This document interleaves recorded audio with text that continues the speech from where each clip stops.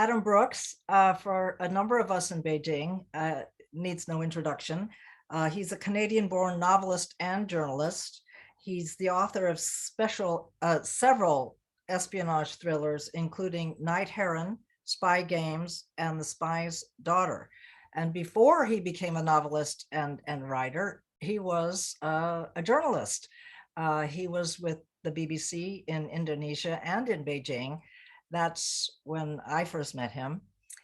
And we're doubly lucky because he'll be in conversation with Paul French, who, as many of you know, writes articles, does interviews, does podcasts, and especially books.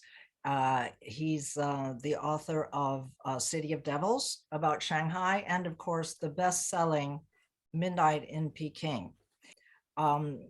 So enjoy yourself. And Paul, over to you. Thank you, Melinda.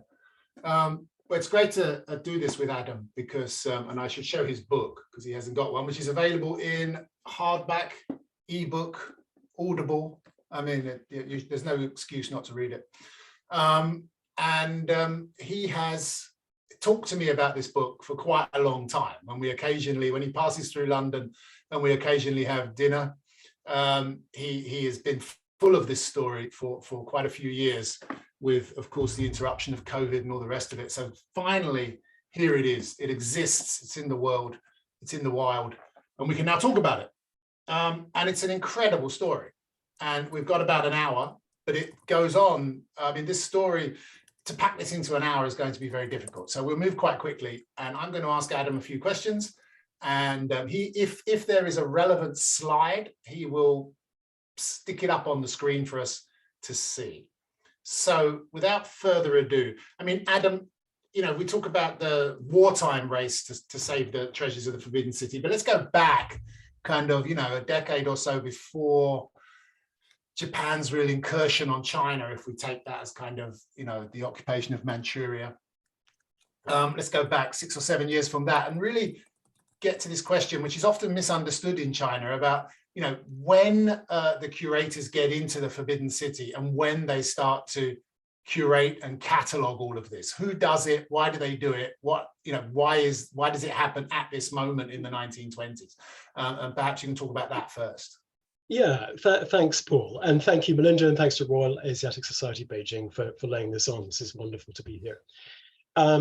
Yeah, so the Forbidden City in the early 1920s was still inhabited by Puyi, by the last emperor of China, and a sort of shrunken retinue.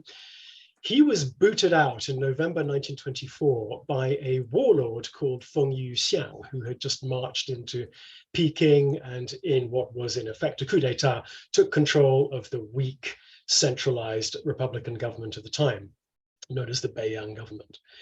And he then took it upon himself. He was fiercely anti-monarchist, this warlord, Feng Yuxiang. He marched into the Forbidden City and he booted Puyi out. And he set in train a series of events that would end up with the Forbidden City becoming the Palace Museum as we know it today. He organized something called the Committee for the Disposition of the Qing Household, which was a committee that took charge of the Forbidden City and everything inside it. And of course, what was inside the Forbidden City was this absolutely colossal art collection. We call it an art collection. It was everything from thrones to swords to paintings to calligraphy to ritual implements to musical instruments to you name it. It was decorative, it was functional, it was ritual, it was textual, it was archives, it was books, it was, you know, just a colossal collection of stuff dating back to through the Qing, through the Ming, back to the Song and beyond, back to China's most sort of ancient periods. What were they going to do with this stuff? Who was going to own it? What was going to happen to it? And most importantly, what was actually in there? How could they catalog it and count it? So in December 1924, these little teams of catalogers, mostly drawn from Peking University, went into the Forbidden City and just began counting and began making this enormous inventory of everything that was in there. And that inventory ended up running to 1.17 million objects. The catalogue itself was 28 volumes long. And that ended up being the collection as we sort of, the imperial collections as we sort of recognize them from that moment. This was led by a guy, or not led at the time, but a significant player in all this was this guy. Let me bring up his picture if I can find him for you.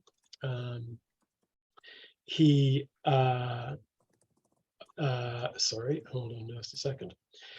Was a guy called Ma Heng, who was an archaeologist and a professor at Peking University. I've got him in here somewhere. A professor at Peking University who was one of the chief figures among these catalogers and inventory takers who went into the Forbidden City at the time. And he would go on to become the first, one of the first directors of the Palace Museum in the early 1930s. So the Palace Museum gets up and underway in 1925. And through the late 1920s, it's in its kind of golden years. It relies heavily on ticket sales. It's poorly lit. The exhibitions aren't great, but it's there, it's functioning, it's got curators, it's got a director, it's got a position in the sort of cultural life of the Republic of China. All that, of course, changes. Everything changes in 1931 with the Japanese occupation of Manchuria. The whole tone of the story turns a corner. And from that point on, we start getting into this atmosphere, this feeling that China is sinking into war. And that's the moment that the curators these huge art collections in the Forbidden City decide that something has to be done. Yeah, I mean, before we get to that, it's quite important because I know you've had this as well, and I get it a lot on WeChat and Twitter and elsewhere, which is you know, just people disputing how early the Forbidden City was opened to visitors, with most people sometimes suggesting that it wasn't until 1949 that it was one of the things that was sort of made public. But it was opened very early, and there's so many memoirs by foreigners that talk about going there day after day after day, visiting repeatedly for many, many times. And so it obviously captured the public imagination, particularly. And I mean, you talk, because this is the Forbidden City is obviously forbidden mostly to Beijingers who aren't inside it, right? So of course they're fascinated by what's been just over the other side of that wall, and also the ability to visit it.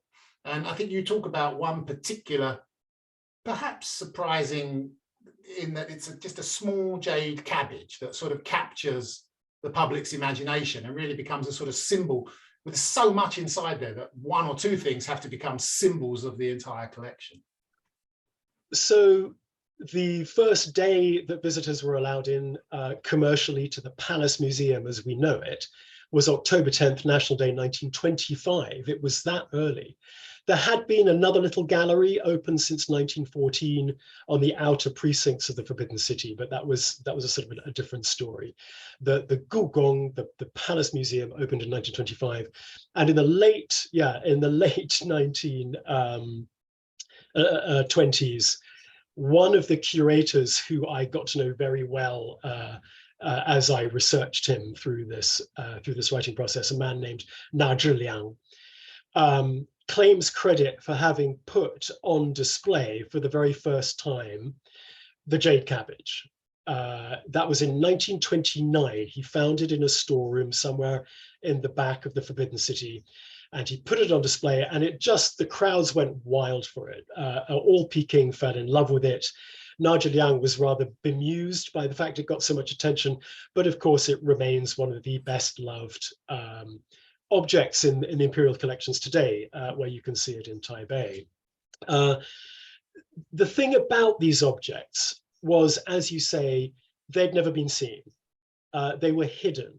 Hiddenness and secrecy was an incredibly important part of the imperial mystique in China. The Forbidden City was forbidden for a reason. You know, nobody could see the emperor, nobody could see court life. It was beyond the ken and the reach of ordinary humans.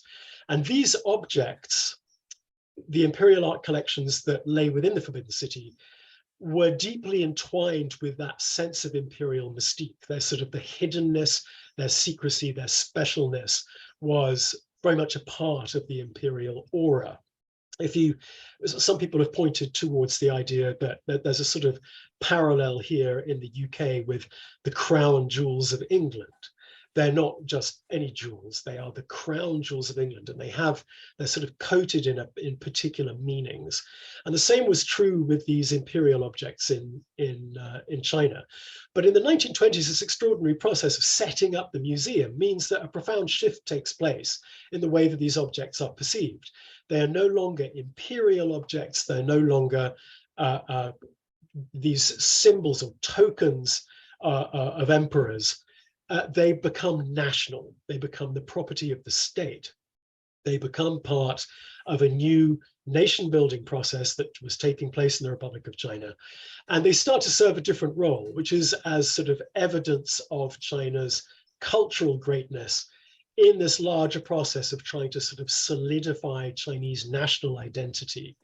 A new idea really in the 1920s, solidifying the idea of a kind of a national space and a national citizenship that can be viewed through and understood through these objects like the jade cabbage and hundreds of thousands of others like them. So the scholars obviously go in there, and they are scholars. They're pulled from universities around the country and so on to go in and catalogue this, and they're happily cataloguing away. And then, of course, with the Japanese occupation of Manchuria, and we start to see, you know, the threat to China becoming greater, and the question of what happens if this incredible collection falls into, you know, invading hands. And all of a sudden, those rather gentle, scholarly men and women suddenly become people who are, you know, having to pack stuff up, box it up, get it ready, and decide with the government where it's going to go. I mean, that process suddenly becomes very urgent. The thing, there were a number of things that set off their anxiety. One was the Japanese ingestion of Manchuria, the proximity of Japanese forces to Peking, memories of the way the Japanese and the rest of the Allied armies behaved in 1900 in Peking, when vast amounts of cultural treasures were looted. The bombing of Shanghai in 1932 is a key moment here.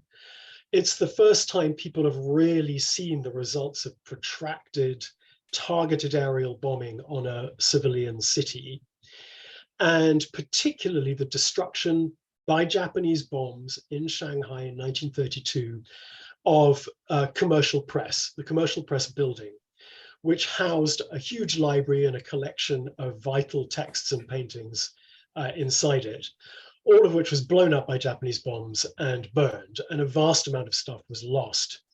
That really rammed home to everybody at the time that this new thing, aerial bombing, wasn't just going to be targeted at military targets. It wasn't just going to kill civilians. It was going to kind of eviscerate culture too. It was going to wreck society from the inside out. So in late 1932, and I was unable to pin down exactly when, it's kind of obscure to me this, but a decision is taken by the Palace Museum's board of directors and the central government of the Republic of China that at least some significant part of the imperial collections is going to have to be evacuated. Early 1933, the Japanese have gone through Rehe province. They're now right down to the Great Wall. Japanese troops are in Shanghai. They are a matter of hours away from Peking by road. And they decide at this point that they're going to have to evacuate the collections. So they start selecting what they see as the most important stuff, the most irreplaceable stuff, and they start crating it up.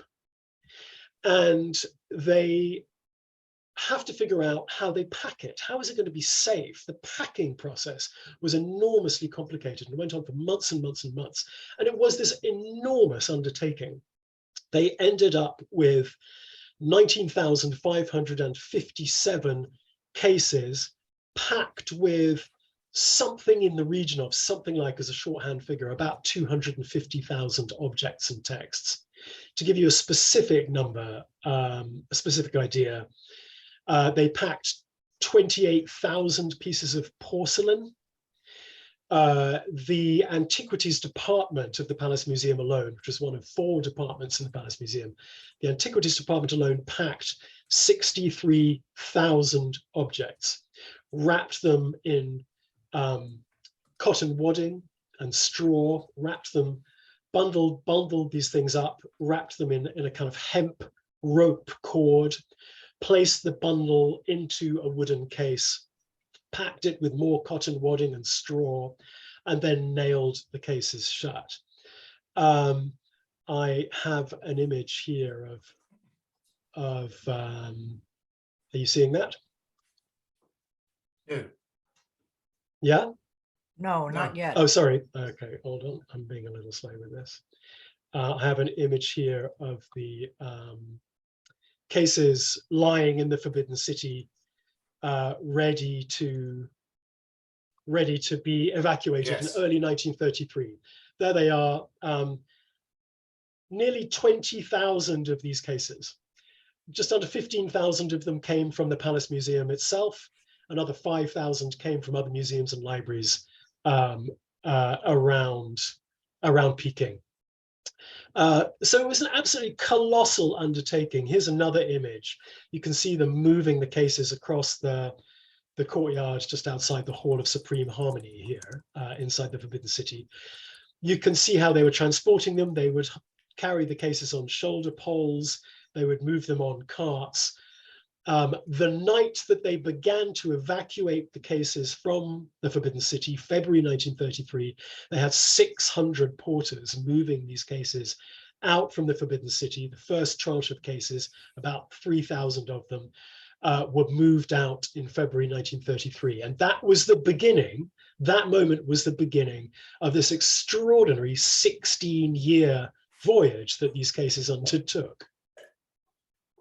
And I have to say, despite all the adventures that are to come, your actual descriptions of all of this packaging, with bags and bags of rice husks being used to kind of fill every space to stop things from wobbling around and breaking, is absolutely fascinating. Now, the question then, of course, is where do you send these things? And this initial group that go out, I think, you know, that you go, well, there's a number of places it goes, but the 2 places that are interesting because they're controversial.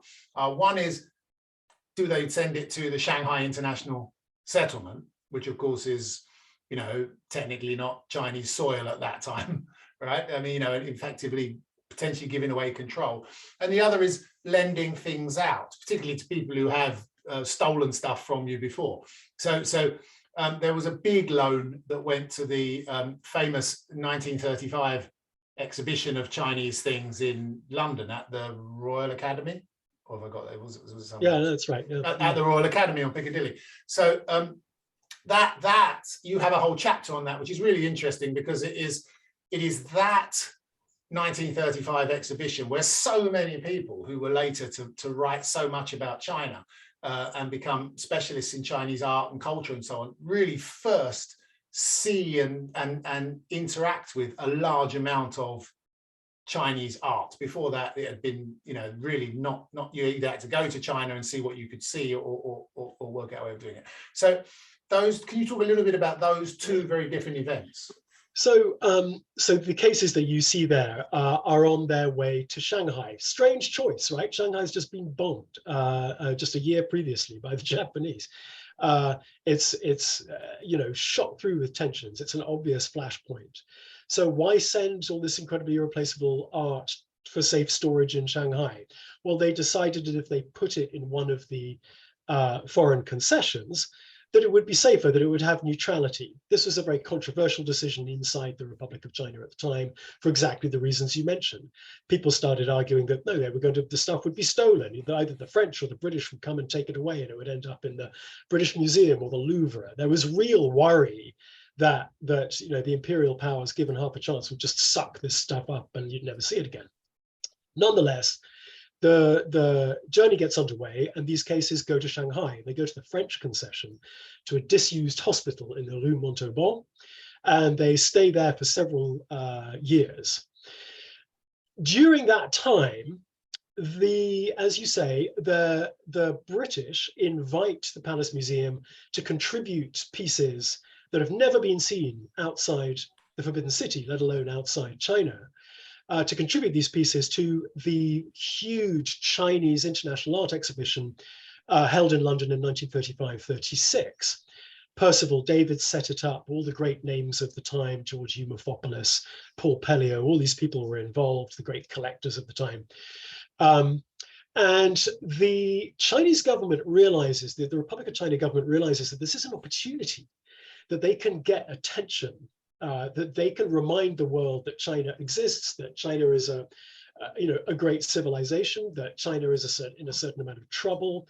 And they decide to use these objects and their presence in this great exhibition in London as a kind of sort of artistic diplomacy. It's a sort of bid to get greater attention and status in international affairs for the young Republic of China government. So they box up 1,000 pieces and they send them off to London aboard a Royal Navy cruiser, HMS Suffolk. There you see British sailors loading HMS Suffolk, a 10,000-ton county-class cruiser. These were the cases that they had specially made, 80 steel-sided cases. You can see "handle with care" written on the side. And these cases ended up throughout this whole story. These were very special because they contained some of the most valuable, the most irreplaceable art of the entire Imperial collections, stayed in these cases throughout the war. So if they go to London, and they're there for better part of a year, they're escorted by some of the Palace Museum curators. This guy's called Zhuang Yan, a young archaeologist who was working for, was among the original catalogers back in 1924, is now a curator at the Palace Museum. He goes with these 80 cases full of incredibly valuable art to London, and he stays there throughout. And he's got a very sort of rather skeptical eye. His memoir is fascinating and is full of these little kind of gimlet-eyed observations about the time. He wasn't very happy with the way that the exhibition was laid out. He didn't think the British curators really knew what they were talking about at the British Museum and the Royal Academy of Arts in London. And he was skeptical also that this would do the Republic of China any good. He didn't think that sending the Starfighter around the world was going to make a whit of difference, and would change the mind of British imperialists one way or the other. And he was arguably correct in that view. His memoir is one of the central sources for the story. It's one of two or three, I guess, absolutely very, very finely textured, granular memoirs that tell the entire story of the Imperial collections through the war. And then in 1936, the cases come back to China. There's Zhuang Yan with his young wife, Shen Ruoxia. They come back to China in 1936. And of course, China at this point is now hovering right on the brink of all-out war. And pretty soon the decision is going to be taken that Shanghai is no longer safe and the cases are going to have to move again. And this is when we see them on their way to Nanjing. And this is also where your book sort of takes a bit of a pivot and, becomes much more kind of Indiana Jones and trying to move things around, because it's a kind of a phenomenal process over the next, few years, which, accelerates and accelerates as Shanghai is attacked, as of course, the Japanese roll up the Yangtze Valley. Nanjing falls, the government moves to Chongqing. I mean, just encapsulating this history a little bit. And everything has to be moved, and what direction it can be moved in starts to change as well, right? Depending on what parts of China are becoming occupied and lost and so on. Now, I'm just going to let you explain all of this, because there is the north route, the south route, and the sort of central route, and all of them have their various challenges. But I'm kind of interested in each one of those and the sort of planes, trains, and automobiles sort of approach to moving so much stuff. I mean, an incredible logistical operation taking place at, you know, the most disastrous time for China, arguably in its history, right? So 1936, we see the cases leave Shanghai and they go to a special purpose-built storage facility in Nanjing, in the Chaotian Palace in Nanjing.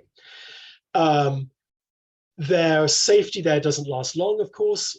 The war, all-out war, breaks out in summer 1937, and by late 1937, the Japanese are pushing up the Yangtze River Valley and they are approaching Nanjing.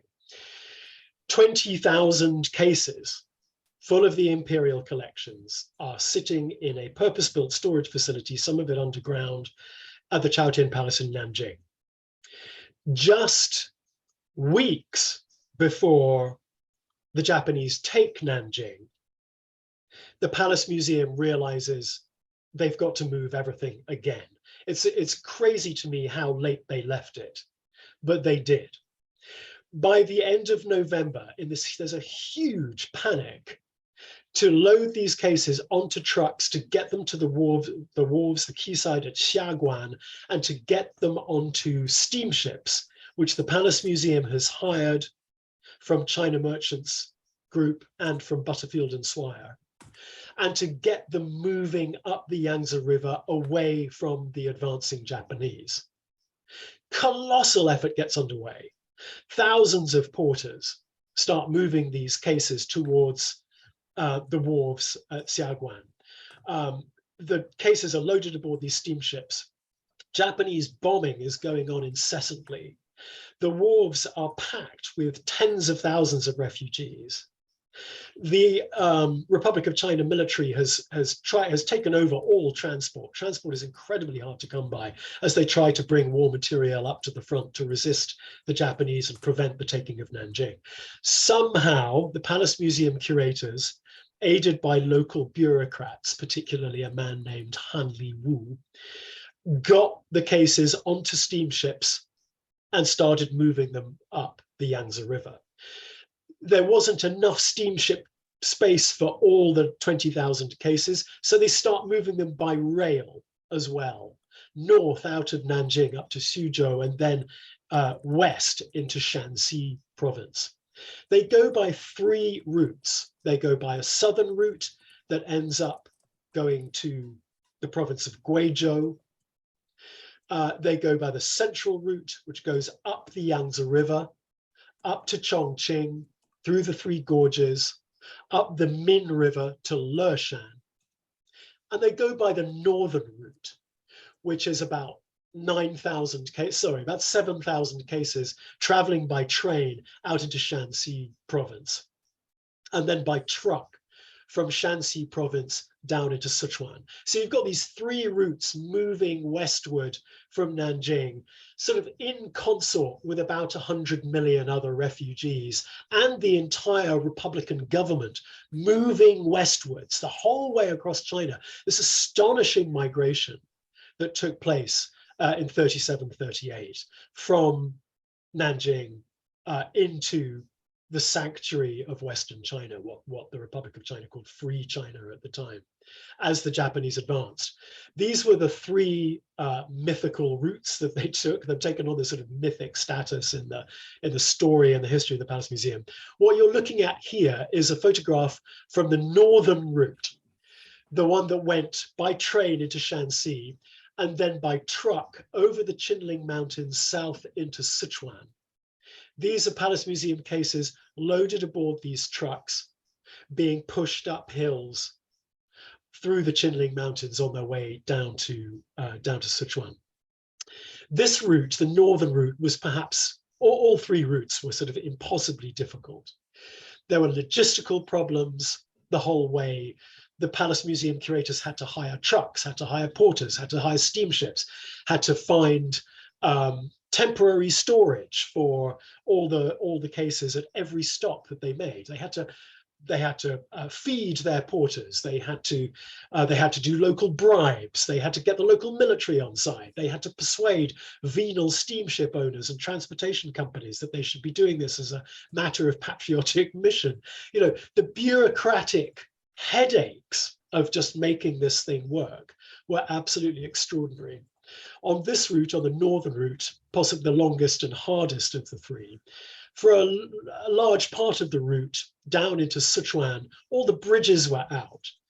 So the only way to transport the Palace Museum trucks and these cases full of irreplaceable art, to get them across these rivers, was on bamboo ferries, poled upriver using long bamboo poles, and then drifted or pulled across these rivers. It took months and months and months to get the convoys of trucks just across these rivers. It was an extremely dangerous and sort of complex operation. The northern route itself took about a year and a half from Nanjing up through Shanxi and down into Sichuan to Ermei, the town of Ermei, where this guy, a curator named Na Zhiliang, took charge, stored these cases in temples and local ancestral halls in a little quiet village called Angu, where those 7,500 cases then remained from 1939 until 1945 under the eye of Na Zhiliang. And similar operations then took place in Anshun in Guizhou province, where the 80 cases, these special cases that went to London, they went with the curator Zhuang Yan, and they stayed in a cave that they had found called the Huayan Cave outside a little town called Anshun in Guizhou province. And they stayed there until 1944 under the watchful eye of Zhuang Yan and his wife Shen Wuxia and their family. And the remaining, the largest batch of cases. Sorry, can I just interrupt you for a second? I think you think we're seeing photos that we're not seeing. Oh, I'm sorry. Okay. So maybe you could, try and punch them up and then feel free to explain what they are. Yeah. Okay.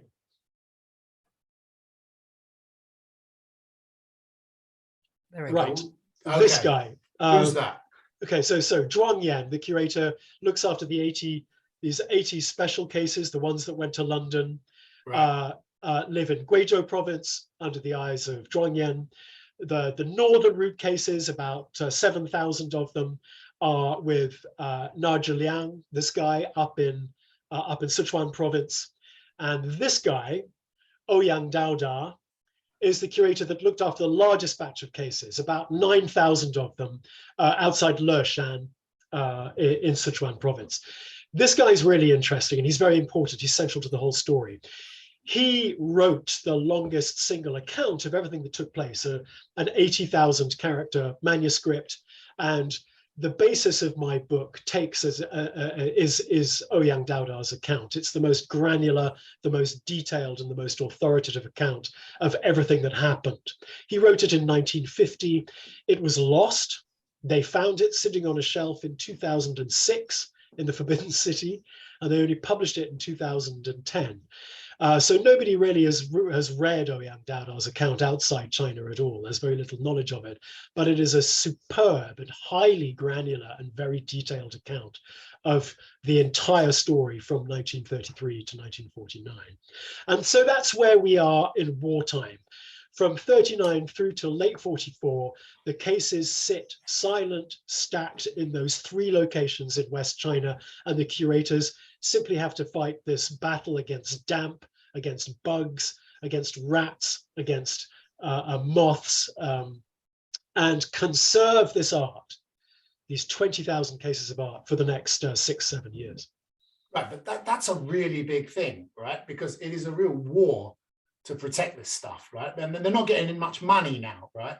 Because obviously China's at war, and so they've got termites. They've got, in some of these places it's too damp, in other places too humid. I mean, there are a million different things attacking all of this stuff. And then you talk a little bit about that in the book, or a lot about that in the book, and it's fascinating, really, about they managed to get it all. You talk about the need to sort of work out kind of home remedies, really, to try and deal with termites and so on. They manage not to break much of this stuff. Not much gets nicked, not much gets lost, not much seems to have disappeared. But then the biggest threat is kind of the usual things that conservators have to deal with, but in less than ideal conditions. And it's a huge and endless task for them. They have to take these ancient paintings, you know, 1,000-year-old Song period landscapes out of the cases and air them on sunny days to try and keep the damp from them and to dissipate the spores that can cause mold. They have to be every day, they're down on their knees and their elbows with flashlights, looking around the bases of the cases, looking for termite tunnels, because if the termites get into the cases containing paper or text or books or paintings on calligraphy on silk, then that's it. They'll just eat the whole lot. They use coal and tung oil and lime. They're terrified of fire. They have enormous fire precautions everywhere, buckets of sand, early fire extinguishers manufactured in Shanghai. They spend a fortune on bringing in pressurized fire extinguishers. It's this endless, and all the time they're living this deeply impoverished life. Their salaries are tiny and intermittent. Their kids are growing up in these tiny little villages in rural wartime Sichuan. Here's an image of Ouyang Daoda, lovely image of Ouyang Daoda in Sichuan province in Leshan with his family, with his kids, his wife Na Huhui.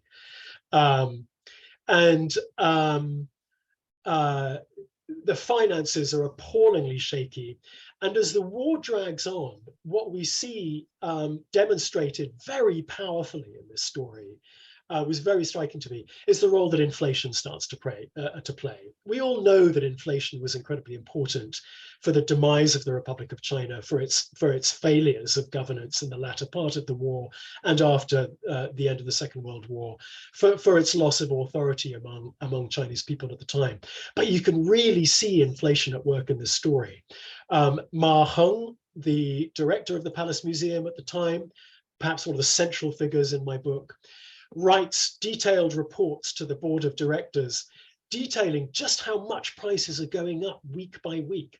In just over a year, at one point, the price of lamp oil, the oil that they burn in their lamps to light these storage halls, rises by a factor of 40, goes up by 40 times. Everyone's on a salary, so their salaries are diminishing day by day. They can barely make ends meet. They can't afford to eat. They can't afford new clothes. They're all half starving. You know, they're living in real penury by this point. But they stick with it.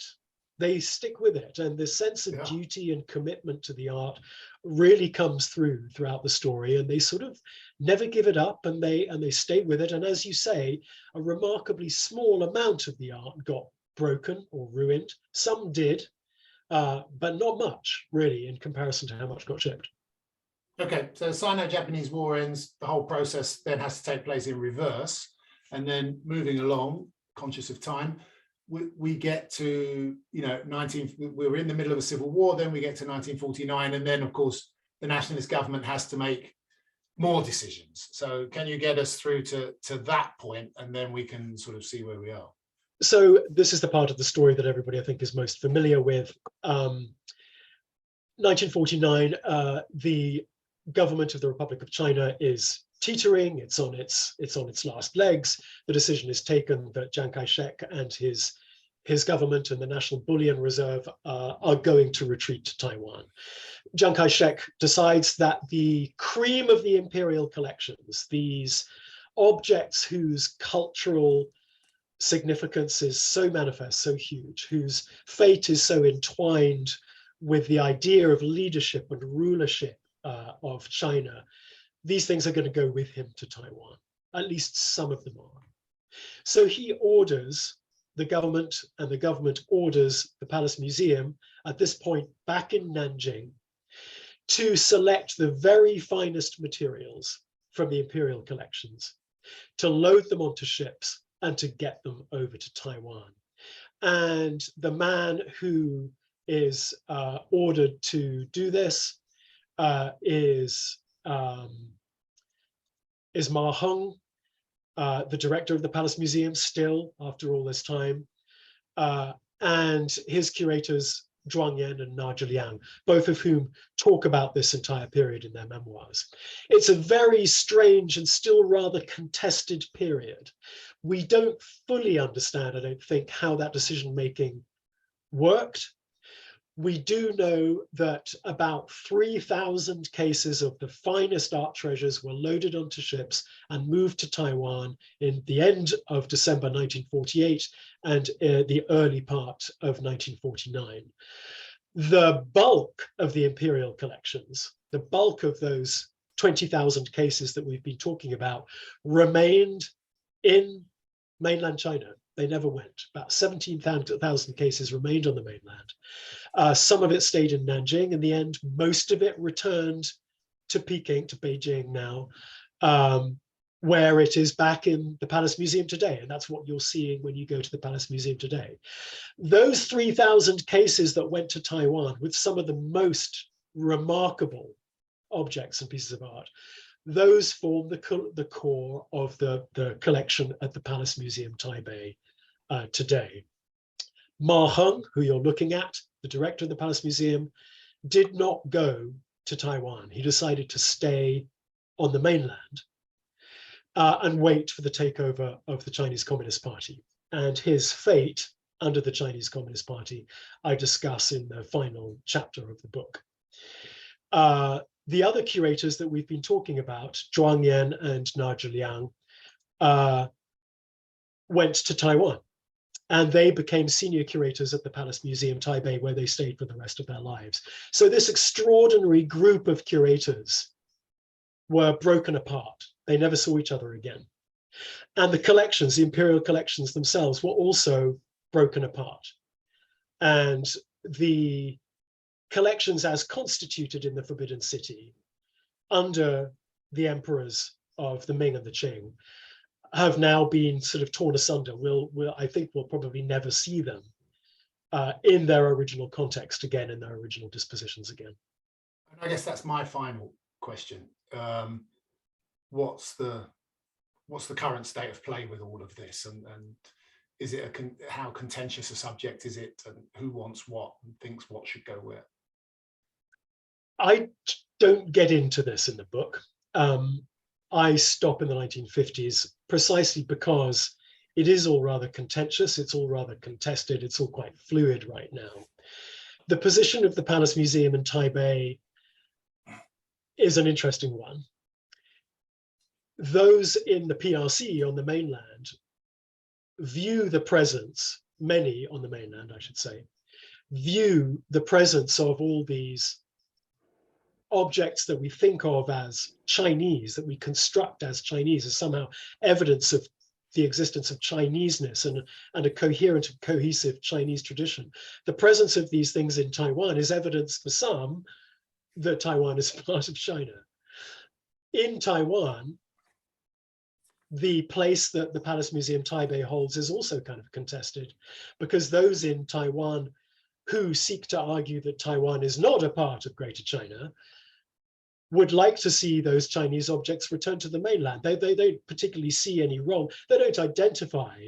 Many people in Taiwan do not identify, I think, particularly strongly with the presence of those objects in Taiwan. And so the sort of identity of these collections and the role that they play in statecraft and in politics is still quite active. You know, we've seen that role, we saw it under the emperors, we saw it under the Republic of China, we saw these objects as ambassadors to the Republic of China at the art exhibition in London. We've seen them as kind of totems of nation and identity, and they still play that role today, and that role today is contested depending on where you kind of stand on the geostrategic spectrum and the Taiwan question. Okay, so I'm going to take a few questions that we've got up here, and I'm going to ask people to send any others, please.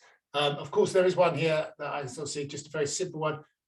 You know, from Simon, was there really not anyone who tried to steal any of this treasure along the way? I mean, bandits, rogue elements, enterprising local gangs, and no one, I mean, it's tempting, right? Soldiers are, you write in your book about how they're always trying to get more soldiers, you know, stationed with these things. But of course, there's a war on, right? And soldiers are off fighting a war and things. I mean, not much goes missing that way, though. Is that? Can we really believe that? So the story has taken on this kind of mythological status, and to see later tellings of it in Chinese, you would think that nothing ever got broken, nothing ever got stolen, that it was this sort of miraculous story. The reality is more mundane, as you would expect. It was, it was full of bureaucratic rivalries, full of difficulties, full of failures, full of mistakes. It was a very human story. Quite a bit got broken along the way. Cases got dropped. A locomotive smashed into a truck at one point, smashing a whole load of stuff. Trucks bounced along roads and the packing in the cases didn't hold and porcelain got shattered. Quite a lot of that goes on. And in Ouyang Daoda's memoir, he lists in agonizing detail everything that got broken. So we know what got broken. Stuff getting stolen. There's nothing in the memoirs or in Ouyang Daoda's account about stuff getting stolen. The cases were very carefully catalogued. The record keeping was really, as far as one can tell, exceptional. It was very, very good. Is it possible that stuff gets stolen, that more got broken, stuff got lost, and the curators covered it up and they just didn't mention it in their memoirs? Possible, of course. How would we know? We'll never know the truth of that, except one important caveat. The record keeping and the catalogues were of a very high quality. And the stuff that has gone back to Beijing and the stuff that went to Taiwan is all identified in the record keeping. So if stuff did go missing, stuff got stolen, not only did the curators at the time cover it up and never mentioned in their memoirs, but everybody since then has also been covering it up, because if cases turned up and the catalogue said, well, there should be X number of pieces of porcelain and X number of ancient bronzes in this case, and there's nothing there, or there are fakes have been slipped in to replace them, then everybody at the Palace Museum Taipei has been covering this up as well. All the curators at the Palace Museum Beijing have been covering it up for decades and decades now. So I don't see how you get around the quality of the record keeping. My sense is I wouldn't want to die on the hill because we'll never know, really. My sense is remarkably little went missing, probably statistically insignificant amounts. Okay, there's another question here, which is a very long and involved question, which you can probably see, but I'm going to encapsulate it slightly so that we don't go off too much into train spotting. But basically this idea that there was resistance in the north in 1932 to the transfer of things to the south, and that the removal of the evacuation of stuff from the Forbidden City was postponed a few times, and so on, and even Zhang Shuiliang taking a bit of credit. Yeah, I see it. Yeah. Like there absolutely was resistance to the art leaving Peking in the first place. It was seen as defeatist, and there were real worries that it would just get stolen and sold to foreign collectors, that it will get taken to the wild rumors. If you look at the newspaper reporting of the time, there's all this crazy rumors about what's going to happen to it, and people are protesting in Peking. There's this extraordinary lack of cooperation from local transportation companies. Trades unions start threatening to block the train lines out of Peking so the cases can't leave. There's an enormous amount of histrionics about the art leaving Peking in the first place. The Republic of China government wasn't having any of it. The military was effectively told, make this happen, and they did. Throughout the entire process, there's always resistance to it taking place. There's always bureaucratic arguments, there's always bureaucratic rivalries, there's always just massive logistical problems to making any of it happen. There's often a question raised about kind of agency. who was in charge, who really made it happen, and who took the decisions. And in this question, I'm seeing, you know, was it in fact, you know, Zhang Xueliang, the great northern warlord who was responsible for making the evacuation happen? All sorts of people claim credit for making the evacuation happen. From the sources that I've seen, it was principally a matter of the Palace Museum Board of Directors, of whom Tsai Yuen-pei was a key mover, were pushing the bureaucratic decision-making process forward as far as I could tell. It was decision-making in the executive yuan of the ROC government, I think rising right up the chain to Chiang Kai-shek's office. Song Mei-ling claimed at one point herself, claimed to be responsible for getting all this stuff underway. I never saw a scintilla of evidence that that was the case. As the story develops and the cases then get on the move, really the decision-making seems to devolve quite a long way down to the museum curators, and particularly to Ma Heng and the museum board of directors themselves. I think they were improvising a lot of the time, and government support and decision-making was kind of ad hoc. But again, you know, I don't pretend to have written here the definitive version of this story. I've written a narrative account of it, and I'm quite sure that in the archives in China, there's probably a lot more to be discovered about it. Okay, we've got time for a quick fire round. So these ones will be nice and quick for you. Did the Japanese get anything? Did they manage to get anything, intercept anything? Did any of it end up in land that became occupied? Of the stuff in the cases, not that I know of. No, it Okay. was successfully taken out. They got an awful lot of other stuff, Okay. and they destroyed an awful lot of stuff, but they didn't get what was in the cases. Right.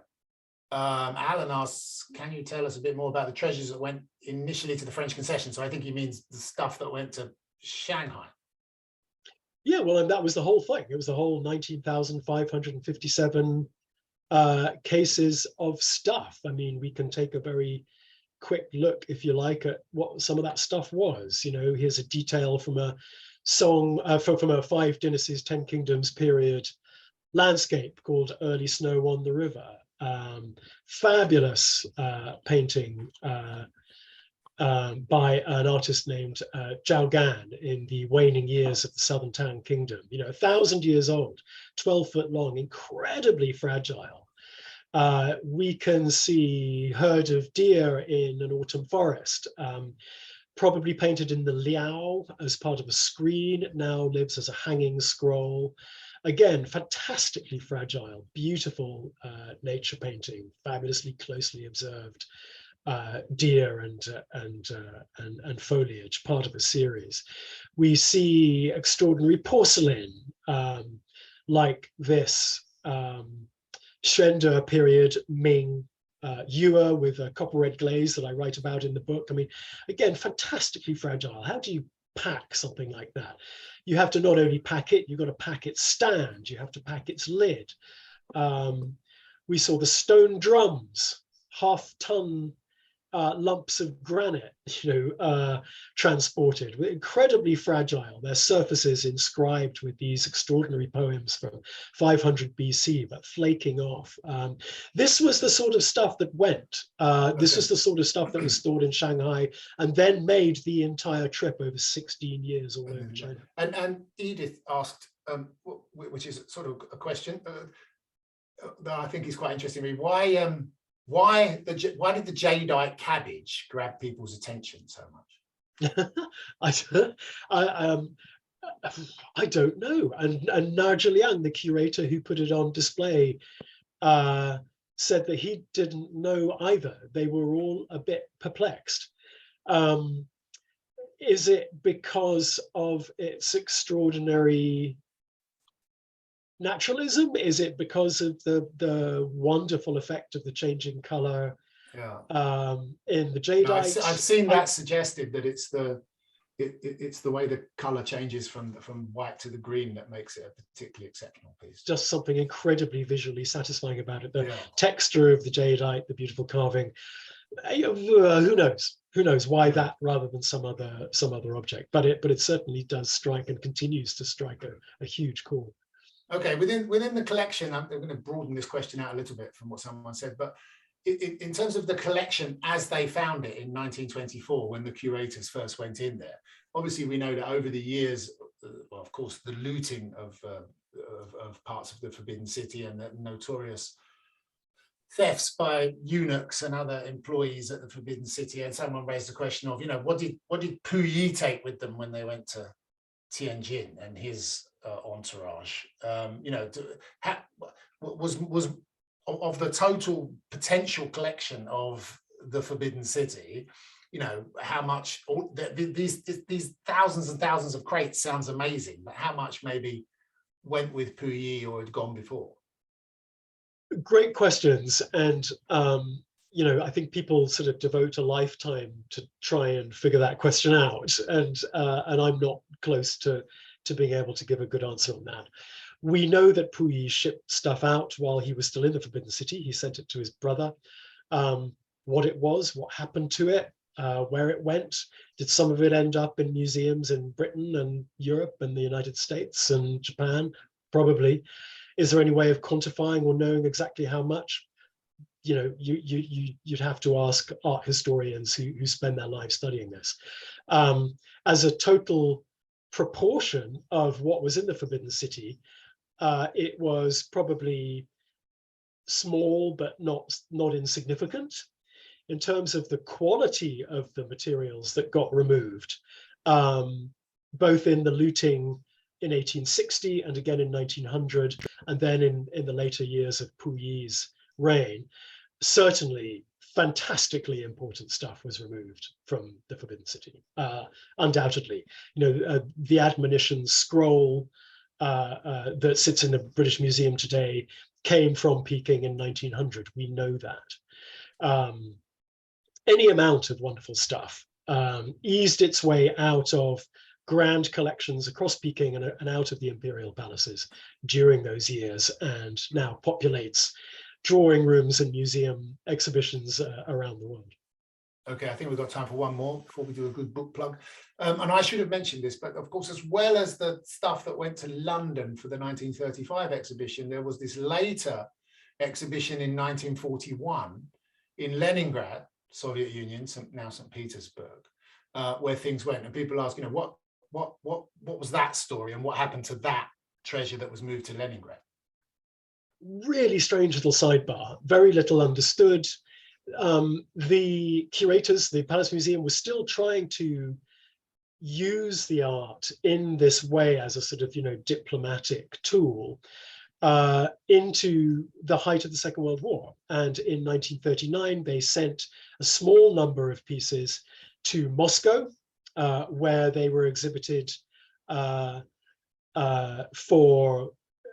they were supposed to be on display for about 3 to 5 months. The exhibition ended up lasting nearly a year in Moscow. And then the Soviets decided that they wanted to have another exhibition in Leningrad and just informed the Chinese they were going to do that. So all these pieces went off to Leningrad and were still there when the Germans invaded in the summer of 1941. The Palace Museum was completely freaked out by the idea that the Nazis were advancing on Leningrad and they were going to lose all this incredibly important art. The Soviets said, don't worry, we're taking care of it, and were true to their word, evacuated the art from Leningrad just before the Nazis arrived and took it to Sverdlovsk, where it sat in storage for quite a long time, and then made its way back to China in 1942. But it's a really strange story, and there's really not much on it, and it took quite a lot of digging even to get the little bit of detail that I got. Curiously, people in Moscow don't seem to know anything about it. Okay, someone just asked, by the way, and I should really, of course, always ask this at a book event, what are you doing next? More thrillers, or are you going to stick with the non-fiction, make some money? Circling around some ideas at the moment. I'm tempted to try and look more at World War II in China, because more I come to know that history, the more I feel that its significance and its importance has been significantly memory holed in the historiography of World War II. And there's some wonderful revision going on in the historiography of World War II in China now by fantastic historians, and by you, Paul, and lots of wonderful writers out there. And I think I'm attracted to becoming a part of that if I can. I would like to be a part of this move to unpack and pull apart World War II in China in ways that I really feel we should be doing. Brilliant. Well, get on with it then, and we can all come back and do this again when you get another book out. Now, can we just clarify this? Because I've been trying to respond to things. Now, as far as I know, this book is definitely out in the UK because it's in bookshops and it's being reviewed. And I know that it's available now or it will be available because they've agreed reviews in Hong Kong and so on. Is it out in the States? Yeah. It is not yet out in the States. Supply chain and production issues have been messing up publishing here in quite significant ways. So we're coming out in the States in February next year, and that'll be a different edition with a different cover. Okay. What you're seeing at the moment is the UK and UK export edition. So it's available on Amazon UK. Okay. And you should be getting it in Canada, Australia, and elsewhere too. And it is a bookstore UK and as ebook well, which I've said. And audiobook. Which now in America, you can get the ebook and the audiobook, right? I think it's so. Up there already. Yeah, I just checked, and it's just the physical copy that isn't there at the moment. Good.